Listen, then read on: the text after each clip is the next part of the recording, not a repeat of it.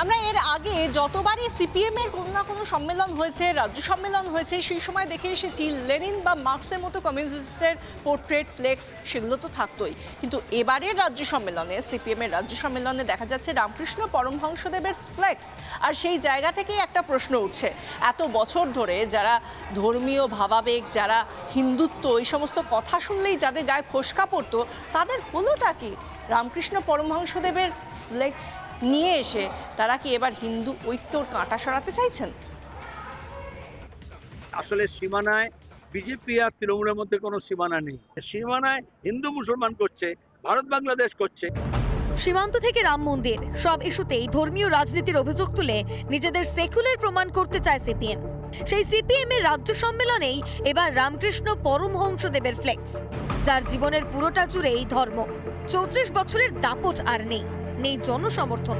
পরপর লোকসভা রাজ্যসভায় শূন্য হয়েছে জ্যোতি বসু, বুদ্ধদেব ভট্টাচার্যের পার্টি। তবুও সিপিএম ভেঙেছে কিন্তু মচকায়নি। ধর্মনিরপেক্ষতার নামে চিরকাল হিন্দু ধর্ম বিমুখী থেকেছেন সূর্যকান্ত মিশ্র, মোহাম্মদ সেলিমরা। তবে বছর বছর দুর্গাপুজোয় সিপিএম এর বইয়ের স্টল দেওয়ার দ্বিচারিতা কিন্তু থেমে থাকেনি কখনোই। রামকৃষ্ণদেবের ফ্লেক্স টাঙানোটাও কি সেই সিপিএম এর নতুন দ্বিচারিতা?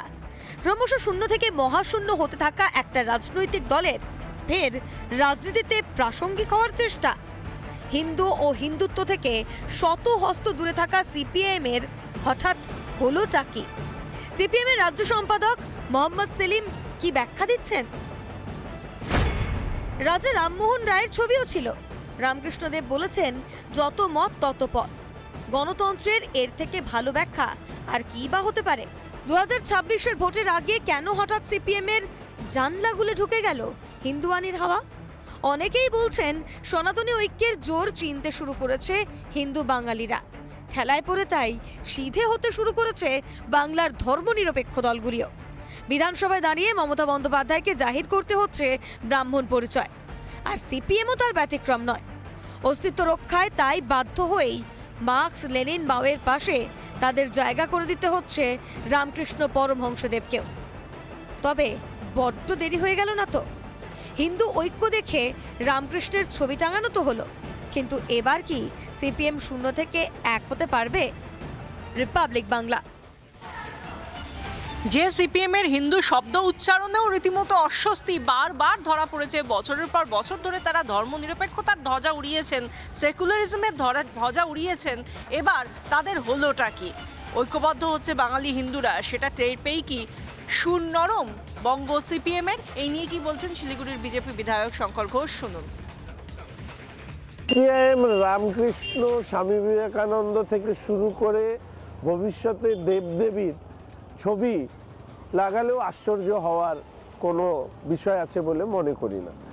বারবার করে যে দল নীতি পাল্টেছে, কখনো কংগ্রেসের সাথে হাত মেলানো, জোট করা, কখনো আবার আপনারা দেখেছেন যা এখনো বর্তমানে চলছে পশ্চিমবঙ্গে, সেটা হচ্ছে আইএসএফের জোট।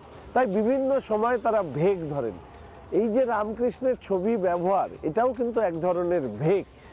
এর মধ্যে আন্তরিকতা নেই, হৃদয় থেকে ভালোবাসা নেই, মাতৃভূমির প্রতি শ্রদ্ধা নেই। সেই ভারতের কমিউনিস্ট পার্টি মার্ক্সবাদী যতই ভারতীয় মনীষী, দেবদেবী যাদেরই ছবি লাগান না কেন, তাদের নামের মধ্যেই রয়েছে বিদেশিদের অনুকরণ করা।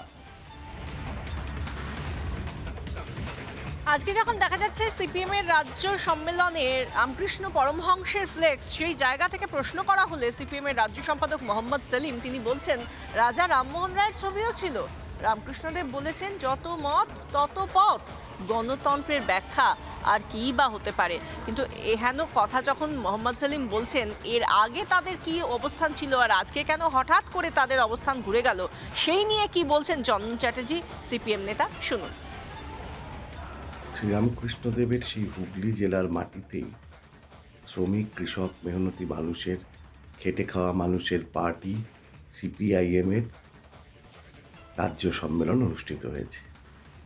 আমরা এই রাজ্য সম্মেলনের থেকেই যারা যত মত তত পথ বিশ্বাস করেন না, বিজেপি এবং টিএমসি, ভারতীয় জনতা পার্টি, মোদিজি এবং টিএমসির মমতা ব্যানার্জি, যারা যত মত তত পথের আদর্শ থেকে বিচ্যুত হচ্ছেন, তাদের কাছে বার্তা দিতে চাই, শ্রীরামকৃষ্ণ দেবী বার্তা দিয়েছিলেন, তোদের চৈতন্য হোক।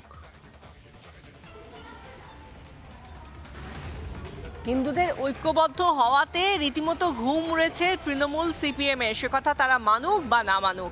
তারা একরকম ভাবে এতদিন ধরে নিজেদের চাল সাজিয়েছিলেন, কিন্তু এখন যারা এর আগে পর্যন্ত নাম সংকীর্তন করতেন, আশ্রমে থাকতেন, গেরুয়া বসন পড়তেন, তারা যখন আজ নিজেদের ধর্মরক্ষার দাবিতে পথেও পর্যন্ত নেমে আসছেন, সেই গেরুয়া বসনধারীদের বড্ড ভয় পেতে শুরু করেছে রাজ্যের তোষণকারী শাসক দল এবং সিপিএমও, যারা ধর্ম নিরপেক্ষতার আড়ালে কার্যত হিন্দুত্ব এই শব্দটাকেই কোথাও গিয়ে ব্যান বা নিষিদ্ধ করার মতো করে রেখে দিয়েছিল।